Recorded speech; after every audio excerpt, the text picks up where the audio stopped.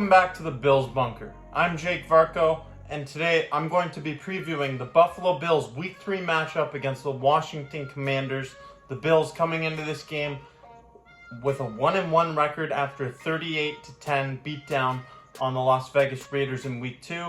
And on the other end of things, the Washington Commanders hosting the Bills in their home opener at FedEx Field, coming in with a 2-0 record, looking to go 3-0 for the first time since 2005, but not if this Buffalo Bills team has anything to say about that. The Bills are currently listed as 6-point favorites according to FanDuel, and I really like the value of the Buffalo Bills -6, but let's get into why I like the Bills to cover that 6-point spread. First off, the Washington Commanders, yes, they're 2-0, but if we look at the two teams that they've beaten, that doesn't give me very much faith to beat the Buffalo Bills. The Commanders in Week 1 beat the Cardinals, who are supposedly tanking and one of the worst teams in football. Second, they beat the Denver Broncos, who, sure, Russell Wilson and the offense actually got something going last week, but their defense didn't show up. So, based off the track record of the Denver Broncos with Russell Wilson and what we've seen from the Arizona Cardinals early in the season, that doesn't say very much about the Washington Commanders. The Buffalo Bills, on the other hand, they have a 1-1 record, and with what the Miami Dolphins are doing in the AFC East, the Buffalo Bills, they need to win as many games as possible, especially going up against Miami in a Week 4 matchup after this game. I'm expecting Buffalo to come out firing on all cylinders in this one. Last week, the Washington Commanders defense recorded 7 sacks on Russell Wilson. 7! That's really impressive. And this Commanders team, they've actually looked pretty solid through the first 2 games. I will give them that. But I'm still not buying into it too much because of the teams that they've beaten. The defense, they have some solid pieces there.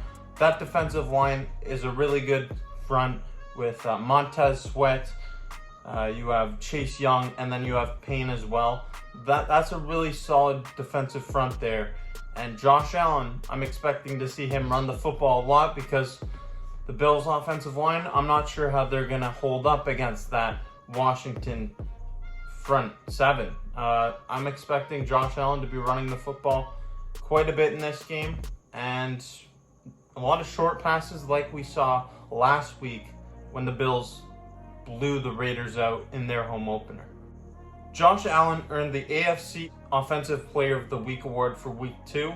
And, I mean, you know what? That's awesome, especially after it comes the week after his Week 1 disastrous performance against the New York Jets. That game from Josh Allen, much cleaner. And Ken Dorsey, interesting play calling. No shots down the field, nothing notable like that. It was a simplified offense that really was complemented by a solid run game. James Cook posted his first career NFL game with over 100 yards rushing. Damian Harris found the end zone with a touchdown run, and so did Latavius Murray.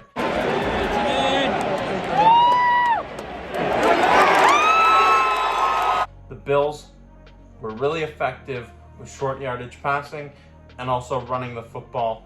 They looked great. And on the defensive side of the things, Buffalo was outstanding. Matt Milano, he looks like the All-Pro that he was just last season. He mossed Josh Jacobs with an amazing interception. And tries to check it down. It's intercepted by Matt Milano. He ripped it away from Josh Jacobs. That's just unreal athleticism going over Josh Jacobs, who is a notable player in the National Football League. And what this Bills defense to Josh Jacobs was outstanding. They put a brick wall up there on the defensive line. Josh Jacobs, 9 carries, -2 rushing yards. -2 rushing yards for Josh Jacobs. That's by far the lowest of his career. Prior to that, his lowest was 24 yards. And Josh Jacobs, one of the league's top running backs, completely shut down by this defense last week. This Bills defense is looking like they're returning to form with Sean McDermott calling the plays for this defense. I like what I've seen. No injuries this week. Nothing to worry about with Micah Hyde. He should be back in full force. This Bills defense, I mean, we're hearing a lot about Sam Howell and the Washington Commanders. Let's see how they do against this Bills defense, because I think this Bills defense, they're going to hold the Commanders definitely under 20 points, probably under 17 as well. If I had to make a score prediction for this game, which I'm going to do right now, I can see this game being a 27-16 type of game. I think the Bills offense, 27 points, like that is definitely doable. And coming against a Washington defense, I expect Washington's defense to at least make the Bills kick a field goal. And the Bills, there will probably be a turnover or two on offense. But with the simplified offense, 27 points, very doable. And then 16 points from the Commanders is what I'm thinking. I think they max out there. I really believe the Commanders max out at 16 points. If the Bills defense continues to perform the way it has, and the Bills are able to run the football effectively, that will also transition to taking down that clock, taking time away from Sam Howell and the Washington Commanders offense, giving them as much time to operate and put points up on the board themselves. But I want to know your prediction for this game in the comments section down below. Let me know. Thank you for watching this video, and if you haven't already, make sure you check out other content on the Bills Bunker. Stay tuned for more stuff coming your way, and make sure you subscribe. Thank you for watching. I'm Jake Varcoe.